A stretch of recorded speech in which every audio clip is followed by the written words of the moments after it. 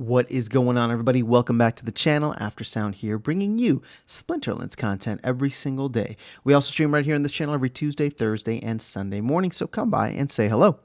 Okay, well, we have the second Rift Watchers airdrop card revealed today, the stats specifically, along with the name, which I think we knew the name and the artwork, but we got the stats. It looks pretty cool. I know it is not the legendary summoner, which we were all hoping for during the town hall, but that did not come through. So we are going to settle for the second Rift Watchers airdrop, which we are still quite a few, I think at least over 100,000 packs away. So I don't think we're going to get this anytime soon, but let's go ahead and dive into the stats for when this does potentially come out. Before we do that, though, you can see here, once we hit 1 million packs, the threshold is 225 packs. So for each 225 packs you have bought, you will receive a guaranteed copy or 1 BCX, and there is a 0.44 chance of receiving one for each pack that you have bought in that first 1 million. And then of course a 4% chance for it being a gold foil. So here we go. Let's dive into the stats. I'll pull these up a little bit bigger. Another range card, another behemoth / giant. This thing is 11 mana, and at the highest levels, well, yeah, let's break this down at the highest levels, because I think that's where it gets really interesting. Super slow, but also perfect for reverse speeds. That 11 mana, and then your damage of 6 ranged. Now, the ranged, another ranged monster goes really well with Fernheart. So far we're seeing a lot of great synergy with the Rift Watchers Earth cards. There's some really solid, actually really solid cards, both I guess within the Chaos Legion rewards, Chaos Legion, but some of those Rift Watcher cards look really great. And obviously this is going to be a perfect tank that you could potentially put in that can shoot right from the front with that close range ability given.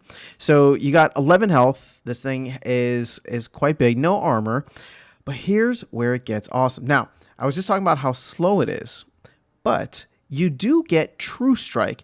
So, you know, even if you're not playing in reverse speed rule sets, which, you know, you're only going to get a small fraction of the time, you know you're going to get a hit, right? Reflection Shield is nice to throw on this, but Fury and Pierce at the highest levels, man, this thing is going to be a taunt destroyer. I mean, you think about the fact that it's going to be able to do 12 damage with Pierce to any taunt monster out there. Now, I'll have to double check, but my assumption, because of the fact that this is at level 6, the damage is at 5 once he does get taunt.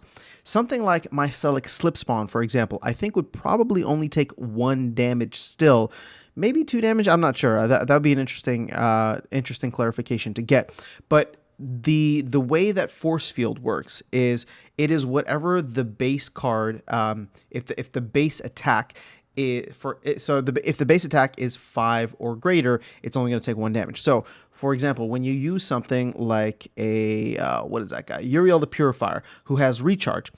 Uriel's attack is actually only 4, but recharge bumps it up to 12. So the fact that it is 4, right, even though it's doing 12 damage, the fact that it is 4 on the base attack means that it does not trigger the force field, whereas something like this would definitely trigger force field. So I wonder if a balance will come at some point, if this thing ends up being too OP at some points, where we will get maybe a little bit more force field. But I don't know. I mean, I like it. I don't play Earth very much, and when I do, it's usually some kind of magic base because I don't have a Fernheart and I don't have that older beta card, Prince Renin. So for me, you know, this is an interesting card. I think it makes a great kind of support card as well with the Reflection Shield. You can throw, you know, someone like Mycelic Slipspawn, as we were just talking about, or a taunt monster in the back, put him right next to it, and you get some great kind of stats and abilities here, along with a phenomenal attack if you're going to be going up against another taunt monster. And if you're going to be playing him for 11 mana, it's probably going to be a high mana game where there will probably be some taunt monsters in there. So at the highest levels is where this guy gets interesting. I would love to hear your thoughts, though. There's some lore here, and let's see. Rift Watchers require both SPS and vouchers.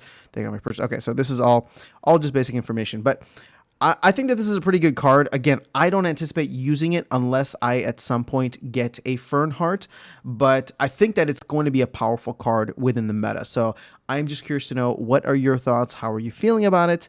And we can continue that conversation in the chat below. I will catch you all in the next video and see you around the game. Take care.